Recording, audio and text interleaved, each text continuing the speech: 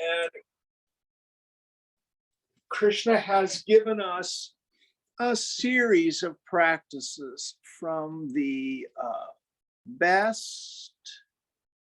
And if we're not able to do that, he gives us an easier one, and then an easier one, and then an easier one, meaning how gross the mind is. And we left off. Is there someone at the door? Nope. Just giving up all the fruits to God, doing everything, giving it to the Lord. So what verse are we on? 15. 15. Will you help us out, please, Deepa?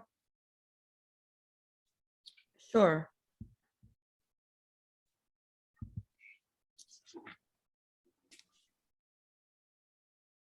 Yasmano dvijate loko, lokano dvijate chayah, harshamarsha bhayo dvege, ermukto yasacha me priyah. He by whom the world is not agitated, and who cannot be agitated by the world, who is freed from joy, envy, fear, and anxiety, he is dear to me. So we have to understand, does God have favorites? Priyo, she's samadrishta. She's equal-minded. Divya, oh no, she reacts all the time. So does God say, I'm going to bless Priya, I'm going to be mean to Divya? There is no such God. Understand this. If you have a neurotic God, fire him.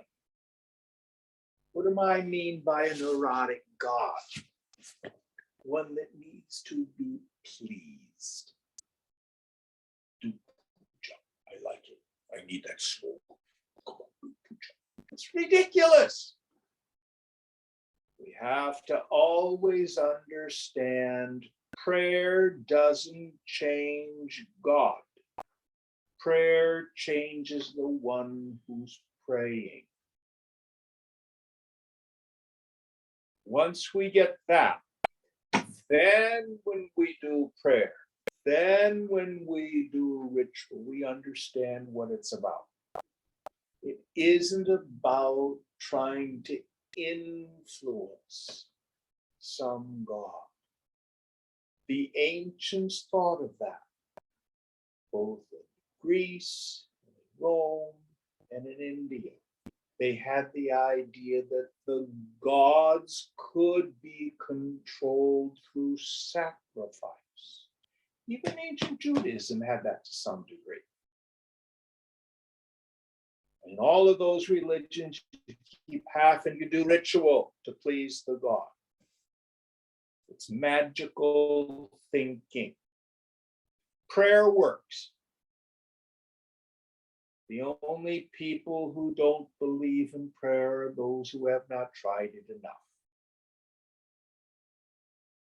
But once we understand that what prayer is about is a shifting of our attitudes, then we're on the right track of the use of prayer. Now, one of the most ancient names for God, I think we've talked about it in this class. Surya, did we talk about that? Yes. Yes? Let's review it, because I love this. I love this name of God. Surya is what? Sun. Sun. Many of ancient cultures worshipped the sun because the sun was the giver of heat and of light, and they thought of light for growing things. But one of the other things to understand about the sun shines on the just and the unjust alike. The sun shines on the saint, the sun shines on the sinner. So what's the difference? How do I make the sun, make myself dear to the sun? I invoke God's grace. My mental attitude. Now, there's a book that came out, I think it was in the 60s or the 70s, called The Course in Miracles. Did any of you read that? I have a copy, but I haven't read it. And it came with a bunch of little flashcards with these sayings on them. I've forgotten them all, but one has stuck with me, which I've always loved. I'm frightened because I see a meaningless universe. I see a meaningless universe because I'm in competition with God. You may think God's omnipotent and omniscient, but do you think that he's an underachiever? If he were being really smart, he'd be doing things my way. See? So we invoke God's grace by our surrender. We have all these slogans.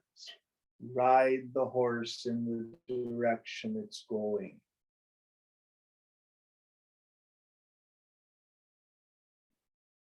Swim with the river downstream.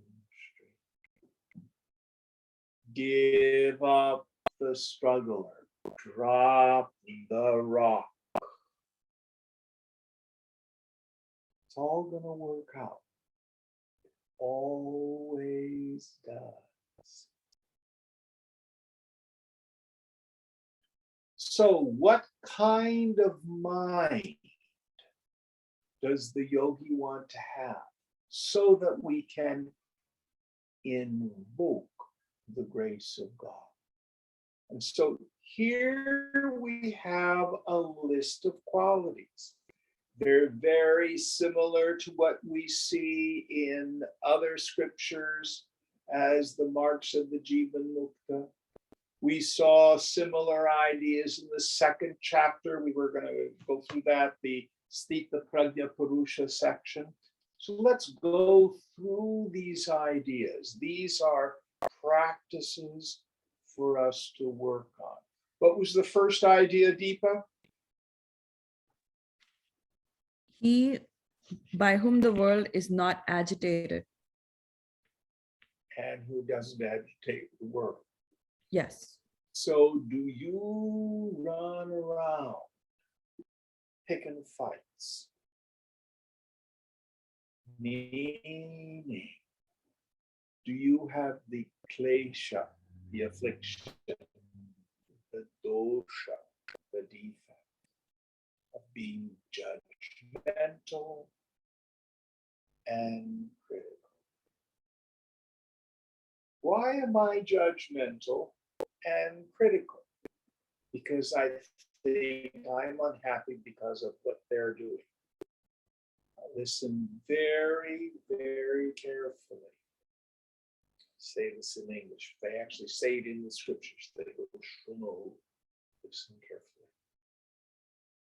Nobody has the power to make us feel anything.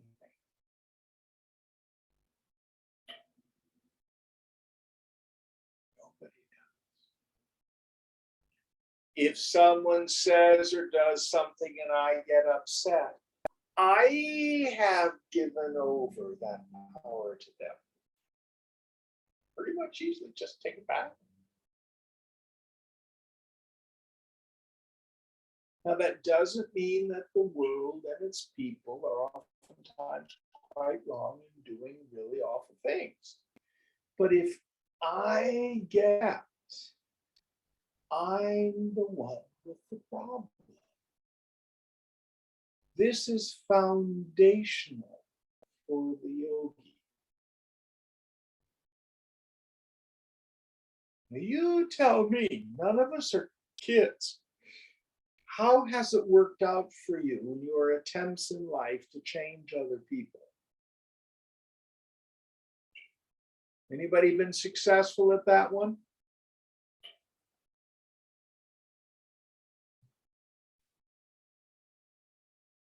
Never works. But we don't have to get upset by it. We learn tolerance. We learn acceptance. We stay on our own side of the street, not trying to fix or change other people. Now, when we quit trying to micromanage other people, we find that the people in our lives quit pushing back at us. Someone once shared a very interesting slogan, basically pretty true. Unsolicited advice is a form of criticism, or it's at least usually received as a form of criticism.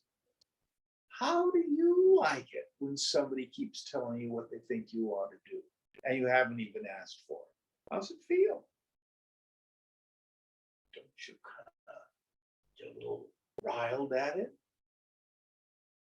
Now, if there's someone in our life that we've empowered, a good friend, a spouse, spiritual director, and you ask them, what do you think I should do about X, Y, and Z? That's a different story. But unsolicited advice just makes people angry.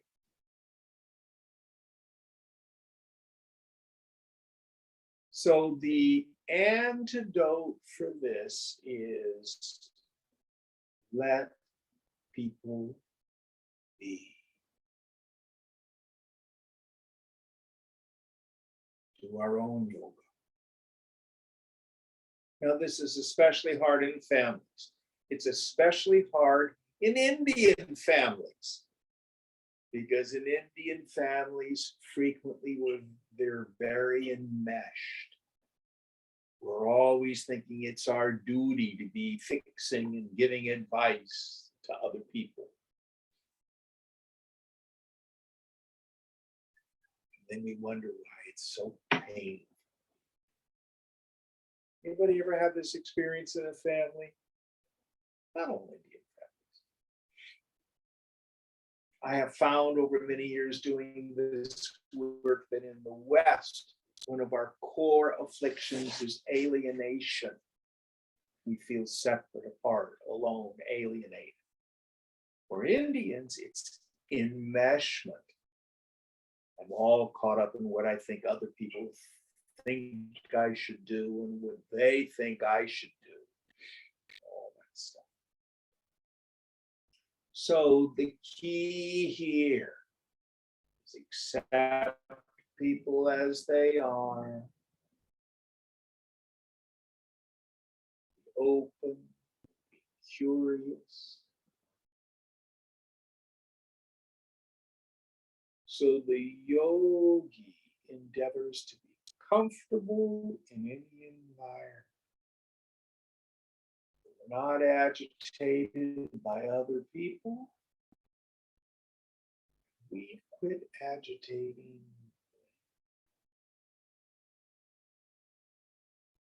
And it's funny, I have a student and he says, well, I just tell the truth. So he'll be in line at the supermarket and he has to tell the woman in front of him, you have a really big rear end. Well, it's the truth. And then I said, well, Did you notice whether or not she had a nice scarf on? Or whether the coat she was wearing was a nice color? All has to do with what you focus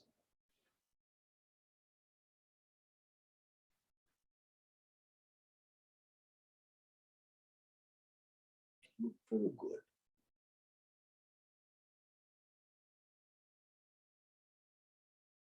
Any thoughts on this?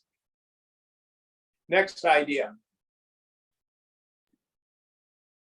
Who is freed from joy, envy, fear, and anxiety. So it doesn't mean we don't enjoy the world. It means we do not depend on the world for our happiness. We do not get attached to the world. The yogi understands when the mind goes out with craving, that's suffering. When the mind comes home, that's happiness, that's peace. The ordinary person, the person in ignorance, experiences this anandamaya kosha, it's called, two ways. Satisfaction of the desire and in deep sleep. Desire and the object of desire become one. Actually, for a moment, my mind is freed from its craving. But in my ignorance, I think the person, place, thing, or situation is the source of that joy. And we experience it completely in deep sleep.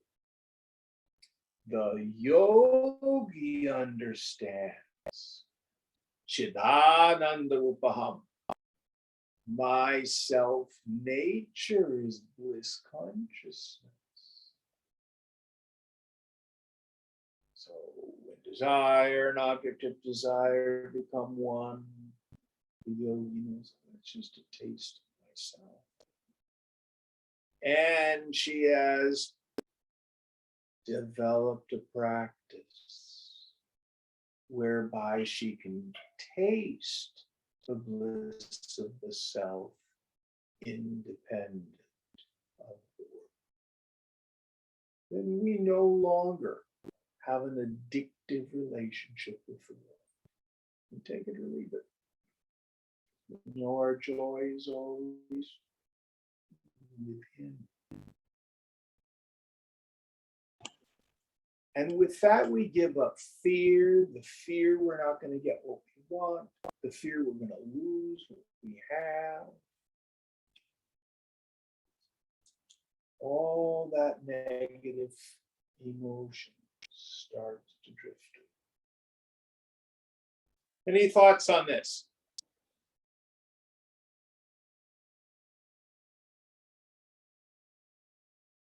Did we get all the pieces, Deepa? The last piece is, it says he is dear to me, but you started. Yes. with that. Meaning, when I have achieved this mind state, then the bliss of the self is easy to experience. The grace of God moves in my life. Now, I have to change this image because they don't do this anymore. But in the old-timey days, if you had a car and you were driving in old weather, I don't know if this happens anymore. Do they still have the cables that you put on the battery in the car? Do they still do that? Yep. So if you've driven in cold weather, you're from the East Coast, you know that corrosion builds up on the terminals and on the things. So you get up in the morning on a cold, snowy day and nothing happens. Oh my God. So you open up the hood and you see all this crud. So what do you have to do? You get out your wire brush and you go. So you clean off the terminals, you clean off the clippy things. I don't even know what they're called. Flip them on, close the hood, back in the driver's seat. Vroom, starts right up. Battery was fine. What you had was corroded battery cables. Likewise, the human mind can be a conductor of God force, of Shakti, of the Holy Spirit, of grace, Kripa, or an insulator. So with your car battery, it's the cold weather and the corrosion that builds up. What is it that builds up in my mind that keeps the flow of this power coming through me? Ahankara in its various forms. My selfishness, my fear, my anger, my control issues, my greed. This is not a moral issue. It's just the mechanics of how the mind works. To the degree that we spend time delving into those kleshas, those doshas, all of a sudden, the sunlight of the Spirit, the juice from God becomes less and less available.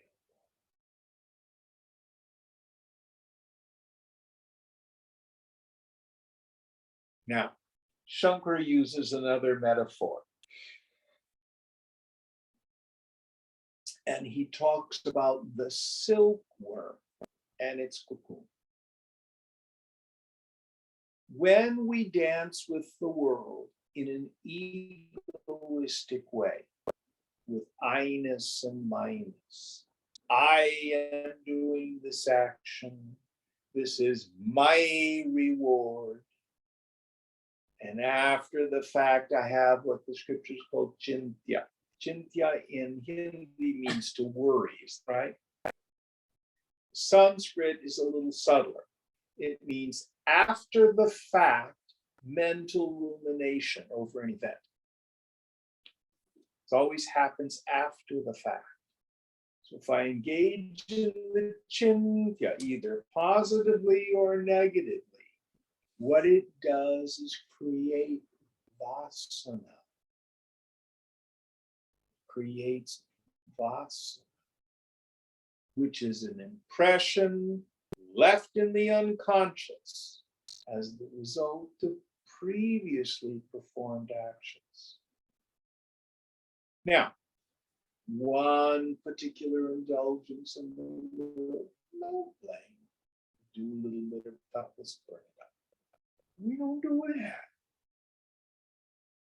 We have one egoistic indulgence in the world with I-ness and mindness, then another, and it's like the silkworm with its threads. If it only spun one thread, it could probably go chomp, break it. It spins one, another thread, another thread. Pretty soon, the silkworm is cocoon. So that's what happens to you and me. We lose the apprehension in our minds of our self-nature. What's the book calls vasana. Vasana is the result of indiscriminate revelry with the objects of the senses, which builds attachment, that cocoons the mind.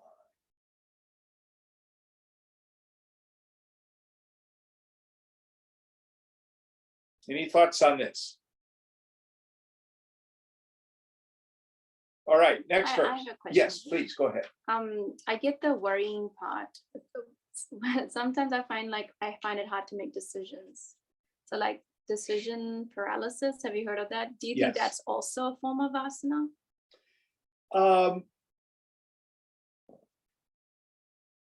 Decision paralysis is lack of real awareness of your swadharma. Mhm. Remember, swadharma, we can look at it from a larger sense. Or do you want to be a doctor or a lawyer or something like that? Actually speaks But it can be to- smaller things too, like furniture. but no, it means in the now. You really experience your swadharma in the now, Mm, you see. Now, what we have to do is discriminate between what I call the loud trumpets in our ear, raga and vesha. I really want this because this is going to make me happy. Or vesha, I'll never do this, it's going to make me miserable. Those trumpets have to be silenced. We have to silence the inner 2-year-old. I want ice cream. I want ice cream. No, I don't want to eat my vegetables. That's the tyrannical 2-year-old inside. And many people confuse that tyranny of indulgence with the deep intuition. So this is very clearly articulated in the Kathopanishad. Who here studied Kathopanishad? So Nachiketas goes to see Lord Yama. Lord Yama says, don't ask me the questions. Don't ask me what happens after a person dies. Finally, he says, okay, I'll do it. And the first thing he says seems to be off topic. He says, 2 paths approach a person. In that scripture, they're called Shreyas and Preyas. Swamiji used to say the electable and the delectable, the pleasurable and the good. Our problem is we have no chance of being able to discern the good intuitively until we deal with those loud voices.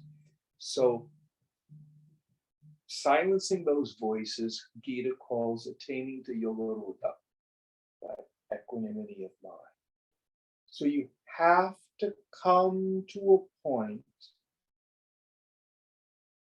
when you don't give a F about the outcome.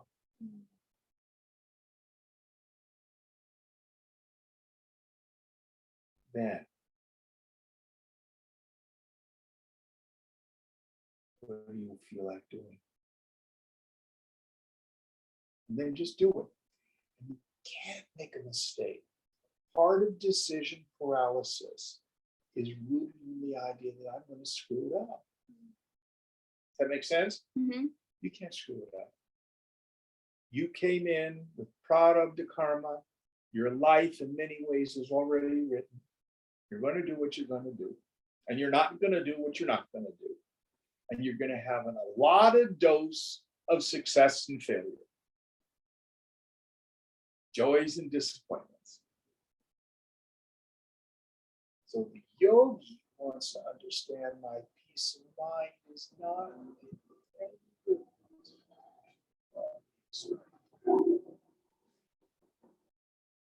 Now, if you have a hard time figuring it out,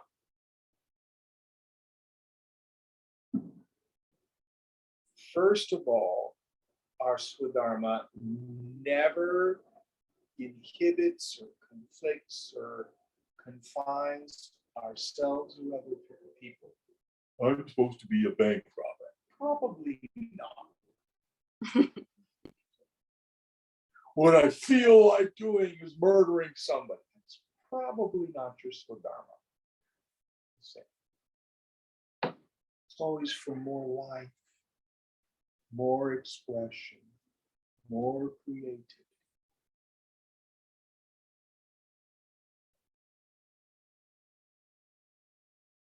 But just start moving your feet. And the energy will move you. Energy will move you. And then ask inside. A quiet mind is the most powerful mind. So in our qualifications of a fit student, we have Viveka, Vairagya, and then Samadhi Guna, the 6 qualities. The last one is Samadhina, which says that peaceful state of mind when it rests in steady contemplation of the goal, and which is not to be achieved by any amount of oscillation of the mind. Should I do this? Should I do that? Should I do this? Should I do that? Does the scripture mean this? Does the scripture mean that? Does the scripture mean this? Scripture mean that? That's the oscillating mind. See.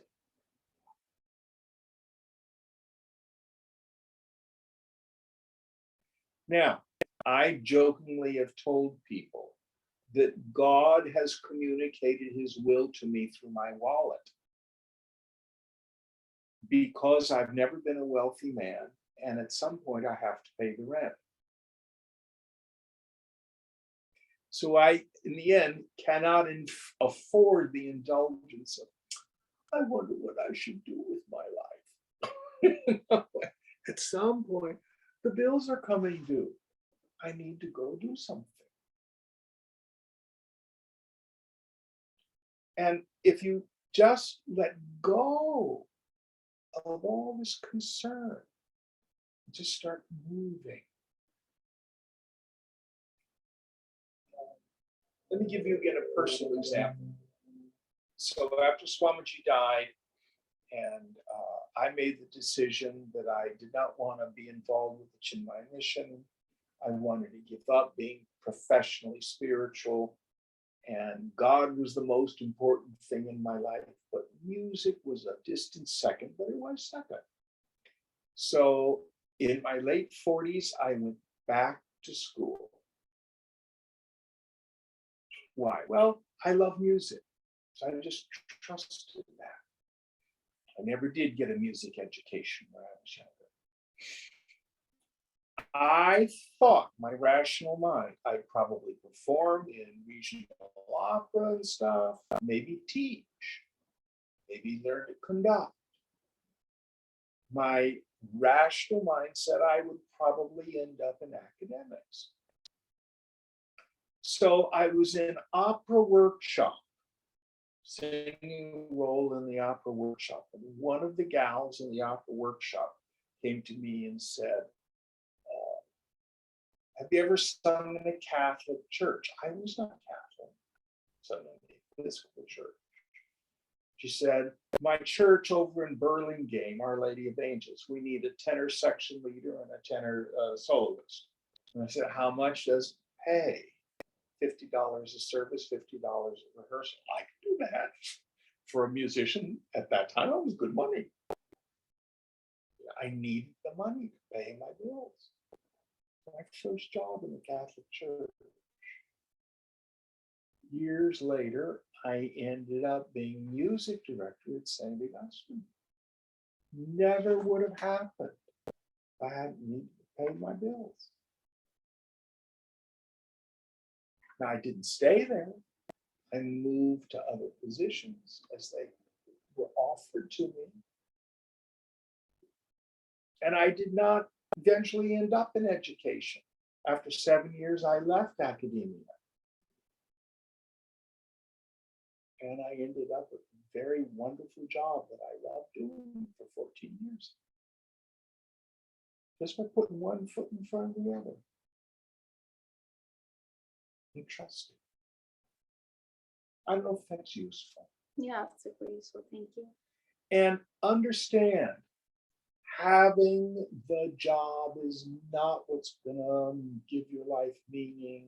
It's not what's gonna give you the greatest joy and everything like that. That's an unrealistic expectation. The value of being aligned with your swadharma is you can put that part of your life like over there and then do your sadhana. And what you have to watch out for, are you an ambitious woman who wants to be able to say to yourself and to other people, I'm a successful person in the world, look at me, I'm just a little bit better than other people? Do you want celebrity? Do you want fame? Do you want worldly acclaim for a success? That's a trap. What you want to do is work at what you love. That's all we get in life.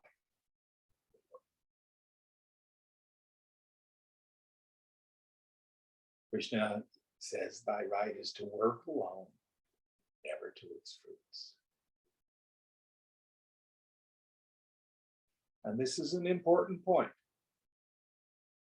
If you spend 8 hours a day at something, hopefully it'll be something you enjoy.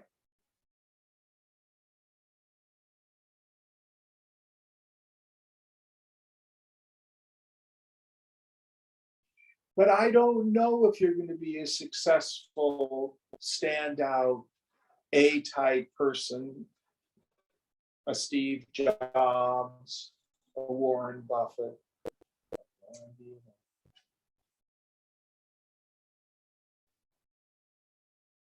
May not be your product to karma. That's a recipe for heartache. If your ambition is to be a multimillionaire, or your ambition is to get worldly acclaim for what you've accomplished. I was talking with a student who's a computer programmer. And he says, oh, I want to start a business. Why do you want to start a business? Well, I talked to all my friends in IT and they're all starting their businesses. Keeping up with the Joneses. It's not the reason to do it. Now, if you return to chapters 3, 4, and 5 of Gita, have I suggested that you read those before? I've read them with you actually several times. Well, I don't know about you, but I'm a slow learner. I need to reread them over and over again. I've been reading Gita over and over for over 45 years. I'm a slow learner. One of the things talks about that whole process uses the metaphor of propitiating the gods, and the gods will then give you the prasad, the remnant of the sacrifice. If you're working at something you love, then you will do it without resistance. Now, the guy who pops into my mind is Setu. So, he's in IT. So what does he do at night when he and Vishwa have finished dinner and he's just hanging out? Is he watching Netflix? No, he's on his computer. Even after work, he's on his computer. He's one of those geeky kids. So if you love what you do, you'll do a lot just because you love it. And then you become good at it. Then the world will reward you. Can't tell you how much or how well. Mozart was buried in a pauper's grave. I think Van Gogh never sold a painting in his own lifetime. Doesn't mean they aren't great masters. That's all product. That's all karma. It's an excellent question. And Swadharma is an especially difficult challenge for those of you who are Renaissance people, who have a whole wealth of gifts. They're good at a whole lot of stuff. Anybody have anything they want to add to this? It's an important and a good discussion, especially for young people. Can I add a perspective? Sure. I think one of the things I had to work through career-wise was everything you talked about. So desiring success for the wrong reasons, and a lot of those were inherited things. You know, parents coming from an immigrant family, coming from a country that was colonized, and you know, we inherit these feelings of, oh, we have to prove ourselves, we have to be something. So that was all very interesting to look at. But, Excellent work. I have a question. Can I ask a question? Who's that? This is Lakshmi. Hi, Lakshmi. Hari Om. Please ask the question. Hari Om. Hari Om. My question is, suppose sometimes, I also work in IT. I work as a product manager, and sometimes my job requires me to constantly not accept the status quo that people give to me, and I constantly have to challenge the status quo so that I can get the job done, right? And get the product vision moving forward. Now, when we are in a job like that, right, the principles outlined in Bhagwad Gita seem in complete conflict with what the job requires. How do we handle situations like that? I mean, I'm not reactive towards a result, but I cannot just accept what people may say to me. I will have to challenge them in a nice professional way to challenge the status quo. So those are very vague words. Be more specific. Give me a real live example. Okay, so let me give you a real life example. I have to build a product. I have to make my team build a product a certain way, right? The engineering team will always tell me, oh no, our resources are limited. We cannot do it this way or that way. And I would be judging the team to understand where they're coming from, how authentic what they are saying. Is it something to do with the skill set of the team? Can we move things around to get the job done? So I'm constantly evaluating, judging, so that the ball can roll forward, right? I cannot accept the situation or people as they are, because then I would not be able to do what I am to do. Okay, that's an excellent thing, and let's nuance it. Sure. So if you have a member of your team, and let's say they're hypersensitive to criticism, then your job is to accept that's the way they are. How can you motivate them in a way that doesn't trigger them? Or what if you have a team member who slacks off? They really don't show up for work. They don't put in the hours. They don't produce. How can you speak truth to them, hold them to account, but in a way that, so when we say accept things as they are, that doesn't mean, did someone come in? It doesn't mean that we don't strive. Understand the context of this whole story. What does Arjun do for a living? He's a Kshatriya. warrior. Yes. And what's his job? Why is he so freaked out at in the first chapter? What's he got to go do? Kill his family. Kill his own Yeah. family. Yeah. Yes. Yeah. And what does Krishna tell him to do? Do your job. Do your job. Yes. Now, the challenge for you is, how can you be most skillful at managing people?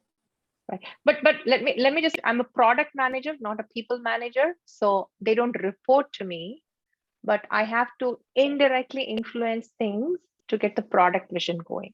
I have to influence without authority. Yeah, I think Jim was suggesting that I'm a product manager too. What I heard Jim say is that, that still requires knowing how people react, their motivations to do our jobs well. So he's just saying, like, you can still influence them by understanding what their motivations are in order to move the product forward, like you were suggesting. Now, here's another way, real life example. So let's say this product has to come online by a certain date. Do you ever have that as an issue? Yeah. Yeah. Okay. And what happens if the team just doesn't meet it?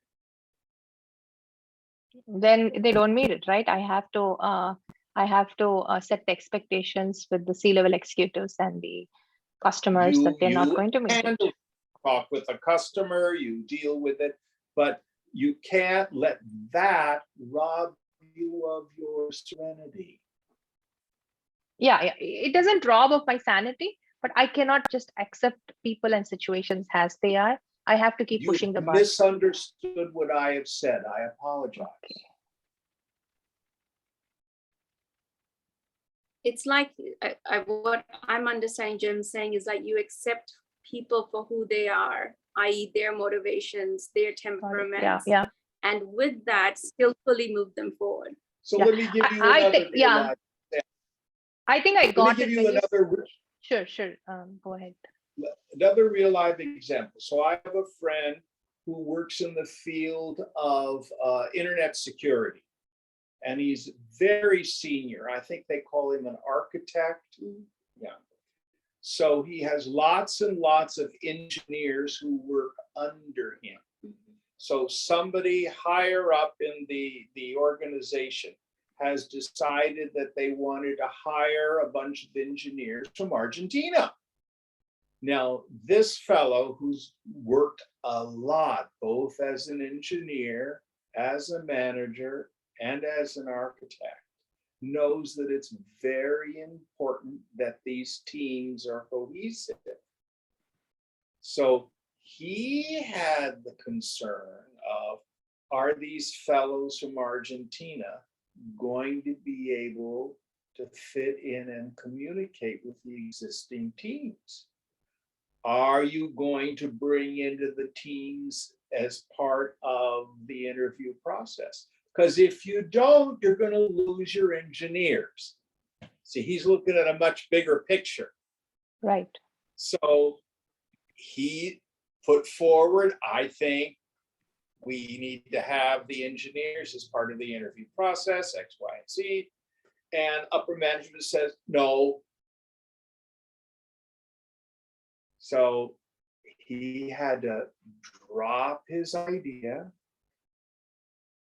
and work with what was there. Now, I won't go into the story and waste more time. But the acceptance here, doesn't mean we don't strive for excellence. This is not passivity. I use the example of there are people in a boat and somebody falls overboard and people say, oh, acceptance, God's will. No, for God's sake, throw them a life raft or a life preserver. Got it. You walk outside and a dog is pooped on your floor, on your porch. Oh, karma, the dog pooped on the porch. Do you leave it on the porch? No, you clean it up. Right. Got it. Yes, I understood what you're saying. All right. Thank you for bringing it up. Good doubt. Thank you. Thank you so much. Can I ask one more question or do we have to go on with the class? Please. Yeah. So you brought a very good point about how ruminations cause vasanas. Some of the vasanas, like we have our prarabdha karma, the karma that comes with our life. How do we burn up these vasanas? How can we kind of not be a victim all the time to our vasanas? That's a very good question. And all of yoga is the science of vasana purgation, vasana exhaustion. So there are lots and lots of techniques. I can't give you a simplistic answer. But the two biggest practices that our tradition, we're a Shankara tradition, are what we call viveka and vairagya.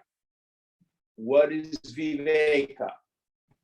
Firm conviction in the intellect that Brahman alone is real and the phenomenal world is the word that Shankara uses is nitya. Brahma satyam jagan mityeti rupa vinishchayaha soyam nitya anitya vastu viveka samudharitaha. That's the shloka. Very important. So the first thing we do is we endeavor to discriminate. And this gets subtler and subtler and subtler. So we start, everything in the phenomenal world is transitory, anitya, it's not eternal. Later on, we begin to see it's all just a dance, it's all lila. What's real? My own self-nature is real. That's immovable, that is nitya. Now, from that follows vairagya. What's the definition of vairagya? That desire, meaning we don't achieve it overnight, to give up attachment to all enjoyments gained through the senses, and that desire to give up any identification with a form of self, starting from the physical body up to and including the form of Brahma, the creator, meaning I want to be a powerful person in charge. So those two together are the major practices that we do. The fundamental technique that we use for viveka is what we call drishya viveka. Discrimination between the seer and the seen, the self and the not self, the subject and all the objects. So we'll briefly move through it. So you're there in Zoom land. Can you see the water glass that I'm holding? Yes, I can. Are you a water glass? No. You're the one who sees the water glass. You could Correct. go through everything else in the phenomenal world and you see you have a subject-object relationship. Now let's go to the body itself. When you were a little girl, you had a little body. You went through adolescence and your body changed. Now you're an adult, your body is changed again. But have not you been aware of all the changes in the body? I don't know about you, but in the holidays, I've put on a little bit of weight. My body is changed. I have a subject-object relationship with the body. For a moment, stop and just take a deep breath. Are you not aware of the breath in the body? You are not the body. We go to the realm of feelings. Sometimes I feel joy, sometimes I feel sorrow, etc. This whole range of feelings. But I know the feelings. I am not my feelings. I'm the knower of my feelings. We go to the realm of thought. your head do the problem 2 + 2. Remember what you had for lunch. That place where thought, memory, images, it's the subtle intellect. But the thoughts go by like your hand in front of your face. You are not your thoughts. Now, introverting the attentive faculty, see if you can notice who sees the thoughts and even the space between them. And it's tricky Right. because you will never see yourself as an object, yet you are you.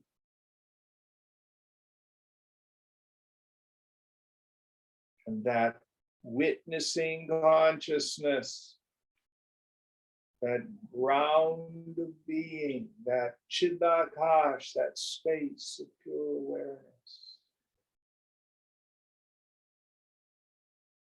I am Atma, Brahma. This self is Brahma. So this is Viveka. We do this over and over and over. Then let go of our attachment, of our identification with the false self, the not self. This is how to end Vasana in Jnana Yoga, this practice. Is that useful? Yes, very useful. Thank you so much, Jim. Can I ask a last question or should we move on to the class? Sure. So this We is have Jnana all Yoga. eternity. So this is Jnana Yoga, wherein we are, we understand that the world is unreal and the self alone is real, right? Now there is also Bhakti Yoga, and I have an inclination, like I like to sing these devotional hymns to God, like Lingashtakam, just giving examples, right? Lingashtakam and all those to Lord Shiva. And at end of it, every stotram, it would be given that by singing this hymn, so many yawns of bad karma, papa will be eradicated. Is that true? Is it true that they really flow through your vasanas, or are they just like, is it just? If you are serious about the path of Bhakti Yoga, it will exhaust your vasanas. I see. Because you give up everything and give it to the Lord. Correct. That's how it is. Yes. So then it Absolutely. exhausts the You love vasanas God. because we are. You love God till you disappear, meaning your ego. Got it. All right. Thank you so much, Guruji. Thank you for answering my questions. Yes. All of the paths lead to the same place. Now, if you have a real interest in Bhakti Yoga, may I recommend studying the Narada Bhakti Sutra? Sure. I will read it. Yes. Of course, I'm partial to Swami Chinmayananda's commentary on it, but there are many good ones. Most definitely. I will read it. Thank you so much, Guruji. All right. What verse are we on, Deepaji? We just finished 15. We're going to do 16. All right, 16.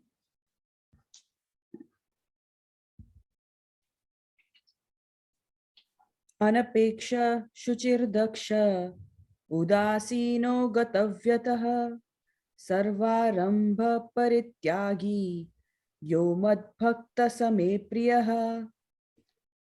He who is free from wants, pure, alert, unconcerned, untroubled, renouncing all undertakings or commencements, he who is thus devoted to me is dear to me.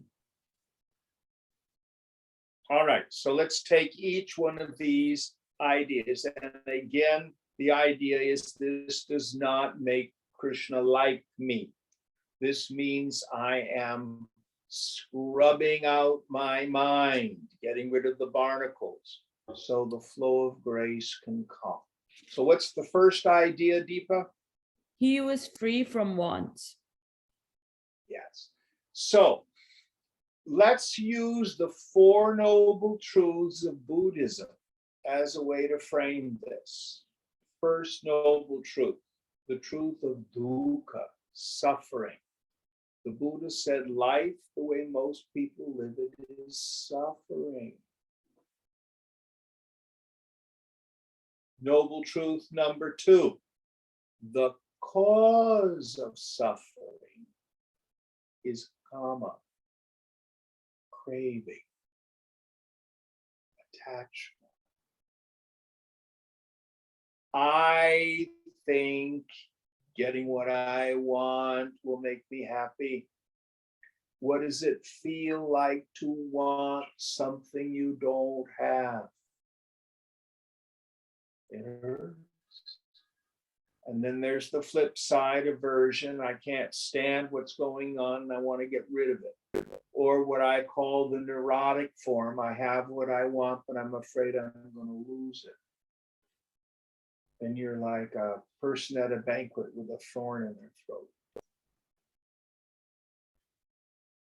Noble truth number three, freedom from desire is freedom from suffering. We talked about this earlier. The ordinary person experiences freedom from desire in two states. At the moment we satisfy a desire, and deep sleep. Everybody loves a deep sleep. There's no object that's causing it. But what happens when I satisfy a desire is momentarily the desire abates. That feeling of joy, that feeling of satisfaction, that feeling of happiness will vary in intensity and it will vary in duration, depending on how intense the kama was and how completely the object satisfied my desire. So then the Buddha asks, or the disciple asks the Buddha, is it possible to be permanently free from desire, permanently free from suffering? The Buddha said yes. And he spells out his Eightfold Path. We would call it abhyasa and vairagya, practice, renunciation. When I firmly understand what's causing my suffering, which is my addictive relationship with the world, then I develop the desire to be free from desire. So here Krishna is saying, for the person who's finally vanquished this, free from the affliction, the tyranny. Now, we need to make a distinction between a craving, an insistence, and a preference. The preferences will always be with you. But you know, if you think I must have this in order to be happy. No. Second idea. Pure. What's the next idea, sweetheart? Sorry, I said pure. Pure. Yes. Okay, so we need to look at this in two ways. A pure mind doesn't mean I have goody thoughts as opposed to nasty, vicious thoughts. It means I have fewer thoughts. So as I begin to not take the mind so seriously, start to let things go, then the frequency and the volume of thought starts to subside.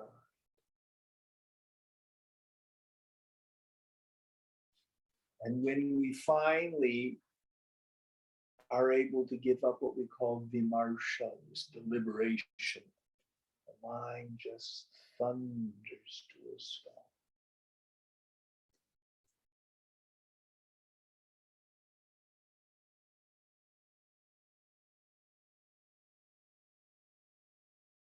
Then we begin to get the taste of the bliss of Lord Krishna. Brahmananda Rasa. Scriptures also call it Atmaramana, being able to revel in the sound. Next idea. Alert. Yes, being woke, what the young people say. So it means a very important practice. The yogi wants to take on Sakshi Bhava, the viewpoint of the witness, and have the courage to be ruthlessly honest about the content of their mind.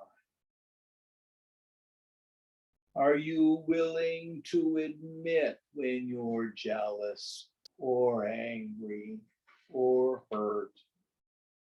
Or are you caught up in trying to protect or defend or look good to yourself or other people?